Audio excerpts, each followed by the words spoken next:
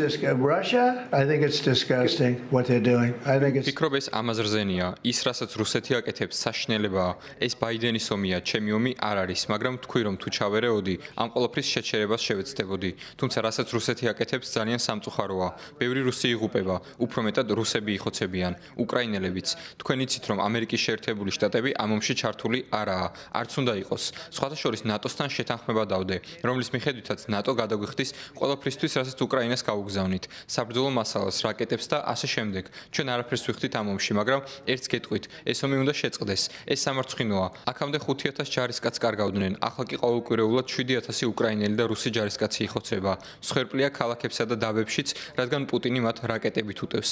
ეს სამარცხინოა. and they're also losing people now in the towns and cities because Putin's hitting them with rockets. No, I think it's disgraceful. Yeah, we have about 8 so yeah, we're going to put დაახლოებით 8 დღე გვაქვს და დიახ, სანქციებს დავაწესებთ. არ ვარ დარწმუნებული სანქციები აწუხებს პუტინს თუ არა. მე ყველაზე უკეთ ვიცი სანქციების, ტარიფებისა და სხვა ყველაფრის შესახებ.